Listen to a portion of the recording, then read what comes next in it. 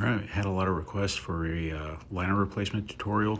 Can't really go step by step because it's a lot of work, but I'm going to show you on this ultra crusty Wilson A2000 fast pitch glove. It's pretty gross, pretty worn. I figured this would be a good example to show you how to replace a liner.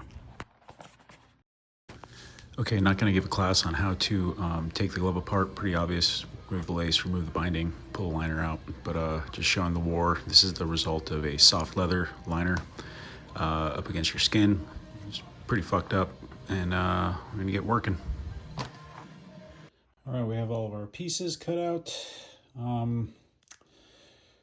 This is a Wilson. Wilson is different. It's got a gusseted liner.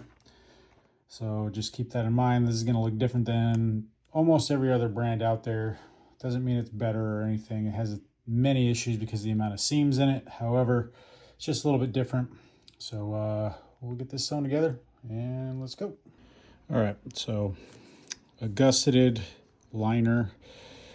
So you're going to use these shapes here. If you take the glove apart, you can kind of trace it out and kind of create these shapes. You'll get it close.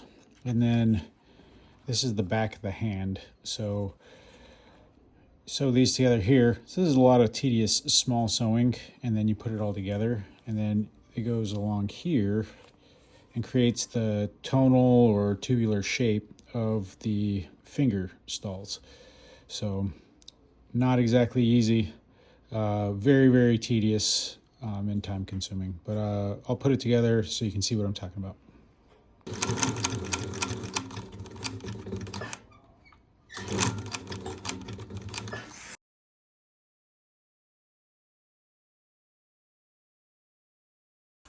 Okay, so if you can imagine, now these gussets that we put together, okay.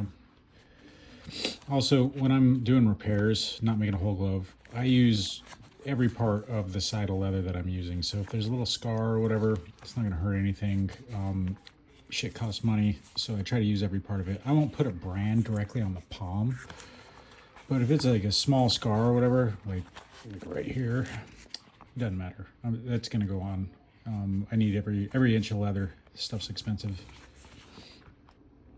Anyways, so now these shapes, let me adjust my, all right, so these shapes, now, after we got everything assembled, for the most part, are gonna go on top, and that creates the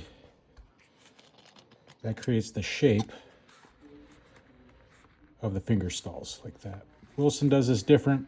It looks kind of weird right now because you're seeing the backside, you're seeing all the seams and all that sort of stuff. But Wilson does theirs just a little bit different than everybody else. It's fine. My issue with it is you have all these seams here that absorb sweat and yuck or whatever. And just in my experience, these things get rotted out super fast, especially when you're using like a soft leather that's directly up against the skin like this. But, you know, it's comfortable out of the box, so whatever. So yeah, we're gonna put this together and then you'll see kind of the finished handstall.